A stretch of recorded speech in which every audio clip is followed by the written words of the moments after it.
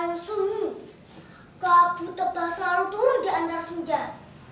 Suatu hari datanglah Kisah Wirono dengan berpakaian yang sangat sederhana, dan di pinggangnya terselip sebuah senjata sakti yang menyerupai kapak yang disebut wadung.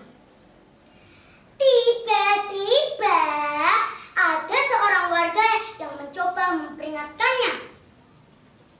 "Wahai Ki, jangan masuk sana. Tempat itu bukan untuk manusia." Kisah Wirono tersenyum tenang dan berkata, "Setiap tanah adalah milik Tuhan. Jika kita datang dengan niat baik, kita tak perlu takut. Orang-orang hanya saling pandang. Orang itu nekat sekali ya," bisik mereka. Malam pun tiba. Kisah Wirono duduk di tengah hutan. Dan tiba-tiba, hush! Suara terdengar dari segala arah. Bayangan hitam bergerak di antara pepohonan. "Pagi! Pagi manusia! Ini bukan tempatmu!" Kisah Wirono membuka mata perlahan, lalu berkata, "Aku tidak datang untuk merebut. Aku datang untuk hidup." Seketika itu, angin mendadak kencang, ranting-ranting patah, namun ia tetap diam. Di tangannya memegang wadung. Sementara itu, dari arah laut terdengar gemuruh. Duar! Duar! Air laut naik, ombak menghantam daratan. Dari balik kabut muncul sosok besar, matanya merah menyala. "Hei manusia, berani kau masuk ke wilayahku?" Kisah Wirono berdiri perlahan, lalu berkata, "Aku hanya ingin membuka kehidupan di tanah ini." Makhluk itu tertawa keras. "Wah, kehidupan di sini hanya ada kematian."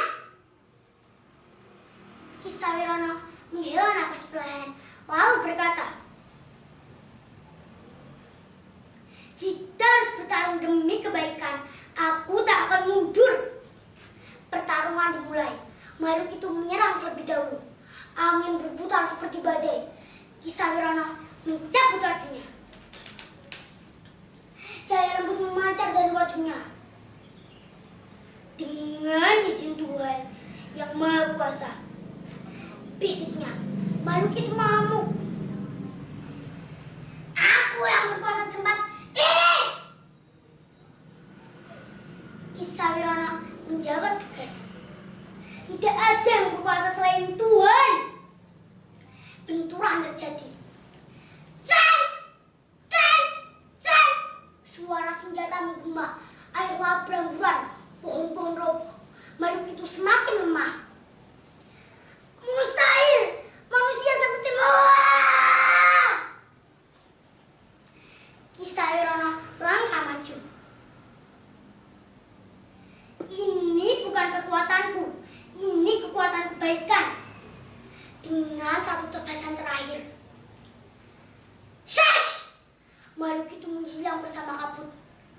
Pagi harinya, suasana berubah. Kabut hilang, angin menjadi sejuk. Beberapa warga datang dengan ragu. Apakah ini tempat yang sama? Mengapa tidak terasa angker lagi?" Mereka melihat Kisah Wirono berdiri tenang. "Kalian bisa tinggal di sini sekarang," katanya. Seorang warga bertanya, "Bagaimana bisa, Ki?" Ia tersenyum. "Hormati alam, jangan serakah, dan selalu ingat Tuhan." Beberapa waktu kemudian, Kisah Wirono menghilang dan tidak ada yang tahu kemana perginya. Namun, warga sepakat menamai tempat itu. Kita sebut saja tempat ini dengan sebutan wadung untuk mengenang senjata yang melindungi kita. Seorang nelayan tua berbisik, "Mungkin